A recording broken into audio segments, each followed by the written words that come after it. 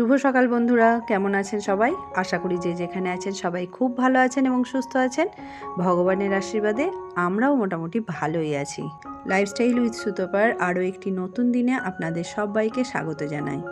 আজকের দিনটাও শুরু করলাম ছাদ বাগান থেকে, আর আমার মনে হয় ছাদ বাগান দেখতে আপনাদেরও বেশ ভালো লাগে। আর এখন চলে এসেছি ওকে মেন রোডে পৌঁছে দিতে। আর ওকে পৌঁছে দিতে এসে আমি চলে এলাম একটু মিষ্টির দোকানে। একটু মিষ্টি নিয়ে নেবো একটা বিশেষ কারণে, সেটা আপনাদের সাথে পরে শেয়ার করছি। আগে দেখুন মিষ্টির দোকানে কে এসেছে। এখানে মিষ্টির দোকানের কর্মচারীরা বলছে এরা নাকি কয়েকটা গরু আছে, প্রত্যেক দিনই আসে এখানে এই দোকানে এবং গেটের কাছে এসে দাঁড়িয়ে থাকে, মিষ্টি দিলে তবেই চলে যায়। আর এখন বাড়ি চলে এসেছি, হাতে যে টুকিটাকি কাজটা আছে, কাজগুলো পড়ে রয়েছে সেগুলো করে নেব। আর ঠাকুর ঘরেও গেছিলাম, ঠাকুর ঘরে গিয়ে গোপালকে ঘুম থেকে তুলে আসনে বসিয়েও দিয়েছি। আর এখন এইগুলো কাজগুলো সেরে নিয়ে তারপর যাব স্নানে। আর আজকে তো বললাম একটা বিশেষ জায়গায় যাওয়ার আছে, তো কোথায় যাব আপনাদের সাথে অবশ্যই শেয়ার করব। আর আমি যেখানে যাব সেখানে ভজাদারাও যাবে, তো সেই জন্য ভজাদার সাথেই আমি চলে যাব। আর হাজব্যান্ড তো অফিস চলে গেছে, ও তো যাচ্ছে না এখন আর, তো সেই জন্য ভজাদার সাথেই আমি চলে যাব। আর আজকে পুরো ঝোড়ো হাওয়া দিচ্ছে, দেখুন গাছপালা সব মনে হচ্ছে ভেঙে পড়ে যাবে, এত জোর হাওয়া দিচ্ছে। আর এখন আমি বাসন কোসনগুলো ধুয়ে রাখার পর ঘরটাও একটু মুছে নেব, তারপরেই যাব স্নান করতে। ঘরটা মুছে নিলেই মোটামুটি হয়ে যাবে। আর আজকে জামা কাপড় সেরকমভাবে কিছু কাচাকাচি করব না, যা আছে সব কিছু পরে করব।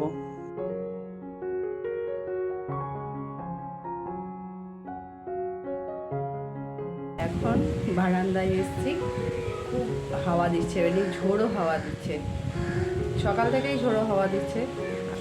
সকাল থেকে মোটামুটি আজকে রান্না নেই, হাজব্যান্ডও ব্রেড এনেছিল একটা, আমি দুজনেই ব্রেকফাস্টে যে ব্রেড খেয়ে নিয়েছি। গোপালের তোলা ঠাকুর ঘরের কাজ মোটামুটি কমপ্লিট হয়ে গেছে। দেখেছেন, আজকে তো বৃহস্পতিবার, পুজোটা করবো, কিন্তু তাড়াতাড়ির মধ্যেই পুজোটা করতে হবে। আর আজকে 12:30টার দিকে বেরোবো, একটু যাবো ছায়াবন্দির মা মারা গেছিলেন, আজকে কাজ আর কি, তো সেখানেই যাব, বারবার করে বলেছেন যেতে। তো হাজব্যান্ড তো অফিস চলে গেছে, ও তো যেতে পারবে না, আমিই যাব ভজাদাদের সাথে। আমি জায়গাটা চিনি না কোন জায়গাটা, তো যাই হোক এখান থেকে সবাই যাচ্ছি, একসাথেই চলে যাব, ওর সাথে ভজাদার সাথেই চলে যাব। আর আজকে আবার ইউএসজি কেউবি যে ইউএসজিটা দেওয়া হয়েছে সেইটা আজকে হবে টেস্টটা, চলে গেছে 10টার সময়ই ছিল অ্যাপয়েন্টমেন্ট, তো ওখানে আজকে দেখানো হোক, কি বলে না বলে দেখা যাক, তো তারপরে আবার দেখা যাবে। তবে বাবার আর এখন কোনো যেহেতু প্রবলেম হয়নি, অনেকেই বলছে যে ফার্স্ট টাইম যদি এরকম পেন হয় সবসময় অপারেশনে যাওয়ার প্রয়োজন হয় না। আর স্টোনের সাইজও খুবই ছোট, 5.6 mm, তো যদি কোনোভাবে ওটা ভেঙে যায় বা ওটা ডিজলভ হয়ে যাওয়ার যদি কোনো মেডিসিন খাওয়া যায় তাহলে ওটা অনেক সময় বেরিয়ে যায়, কোনো অসুবিধা হয় না। তো দেখা যাক, সেরকমও ওষুধ একটা ডাক্তারকে সাজেস্ট করার জন্য দেখি বলবো ভাবছি। তো এখন ডাক্তারও কতটা মানবে ব্যাপারটা বা বলাটা ঠিক হবে কি না, সেগুলোও একটা চিন্তাভাবনার মধ্যে আছে। তো আজকে দেখা যাক, আজকে টেস্টটা হোক, সন্ধ্যার মধ্যে রিপোর্টটা পাওয়া যাবে, তারপরেই বোঝা যাবে। আর ওখানে যেহেতু যাব, সকাল থেকে মোটামুটি কাজকর্ম সবই হয়ে গেছে, ঘরটারও মোছামুছি সবই করে নিয়েছি। দৈনন্দিন কাজকর্ম তো থাকবেই, কোথায় বেরোই বা যাই হোক সেগুলো তো করতেই হবে, সেইগুলোকে তো ছেড়ে যেতে পারবো না, ওগুলো করা হয়ে গেছে। এখন শুধু স্নানটা সারবো, স্নান সেরে তৈরি হব।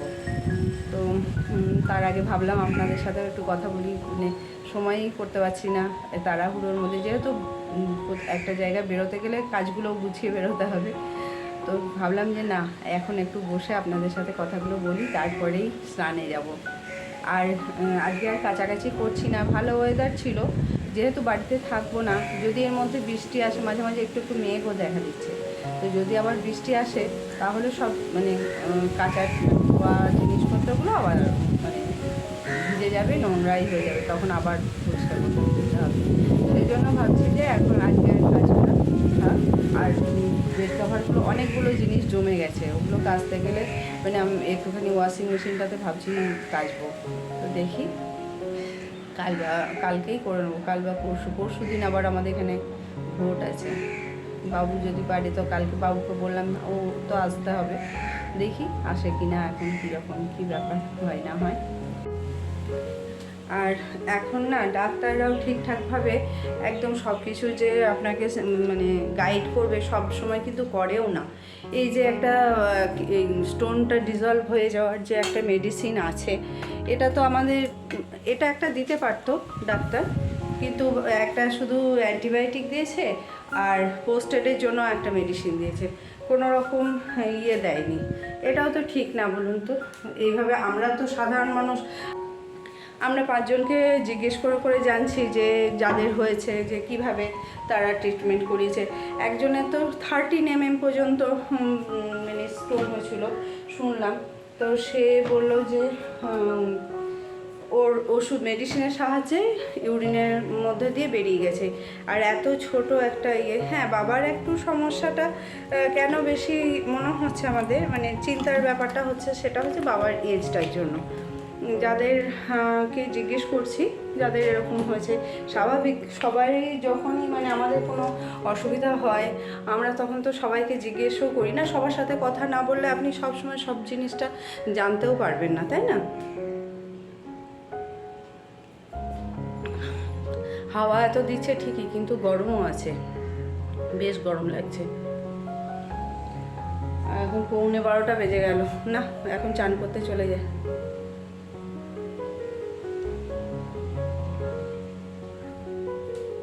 তো সেই জন্য মানে সবার সাথে কথা টথা বলে একটু মানে কি জানলাম। তো এরকম বলছে সবাই যে না এরকম মেডিসিনও হয়তো ডক্টরের সাথে ভাবছি একটু কথা বলবো এই নিয়ে।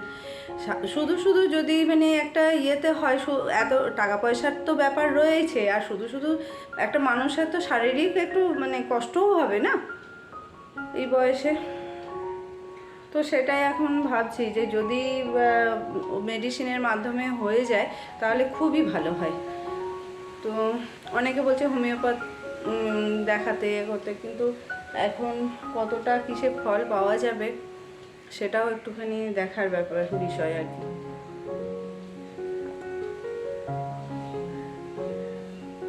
যাই হোক, এদিক ওদিক করতে বক করতে করতে অনেকটাই সময় হয়ে গেছে। আমি স্নানটা সেরে আসি, তারপরে তৈরি হতে হবে।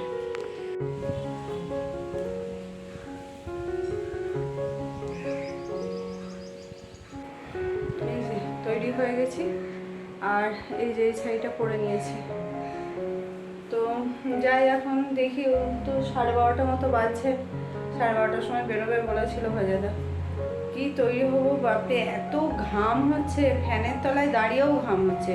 এই গরমটা না, এই দুদিন ঝড় বৃষ্টিটার পরে এই গরমটা একদম মানে ভীষণ মানে ঘাম হচ্ছে, খুব কষ্ট হচ্ছে। এটা এই মানে এই গরমটা একটু অন্যরকম। 40 ডিগ্রি 42 ডিগ্রিও হয়েছিল তখন, গরমটা একরকম, এখন যেন কীরকম একটা জ্বালা জ্বালা করা, মানে ঘাম হচ্ছে বেশি, খুবই ঘাম হচ্ছে। আর এমনিতেই তো আমি খুব বেশি ঘামি, এত ঘাম হচ্ছে বাপরে বাপ। সিঁদুর পরলাম তো দুবার গলে নেমেই গেল। তো যাই, এখন গিয়ে ওখান থেকে ঘুরে আসি। ভাজাদা তো বললো ওরা 12:30টার দিকে বেরোবে, তো চলুন যাওয়া যাক। ভোটের মিছিলের জন্য এখানে যানজট সৃষ্টি হয়েছে, তো আমরাও বেশ কিছুক্ষণ এখানে আটকে পড়লাম, প্রায় 10 মিনিট মতো। চলে এলাম যেখানে ছায়া বৌদির মায়ের শেষ কাজ সম্পন্ন হচ্ছে। এই পার্কিং এরিয়াটার পাশেই দেখছি বেশ কিছু মন্দির রয়েছে, দেখে বেশ ভালোই লাগছে। তবে মন্দিরগুলোর গায়ে দেখুন কী রকম গাছ গজিয়ে গেছে, পুরো বড় বড় বট গাছ হয়ে রয়েছে। আমি এখানে এই প্রথমবার এলাম, তবে সবার কাছে যা জানলাম এই জায়গাটি হচ্ছে বড় রাজবাড়ি কমপ্লেক্স। আর দেখুন এখানে রয়েছে একটি বেশ বড় এবং 3 দিক ঘেরা মন্দির প্রাঙ্গণ। এই প্রাঙ্গণটিরই এক প্রান্তে একটি ক্লাবে ওনারা শেষ কাজের আয়োজন করেছেন।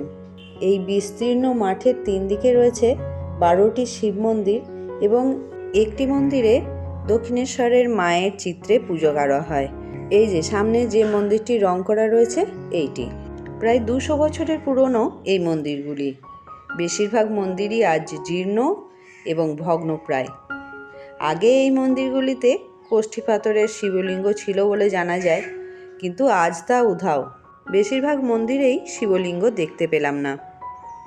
উদাসীনতা এবং রক্ষণাবেক্ষণের অভাবে মন্দিরগুলি আজ প্রায় নিশ্চিহ্ন হওয়ার মুখে।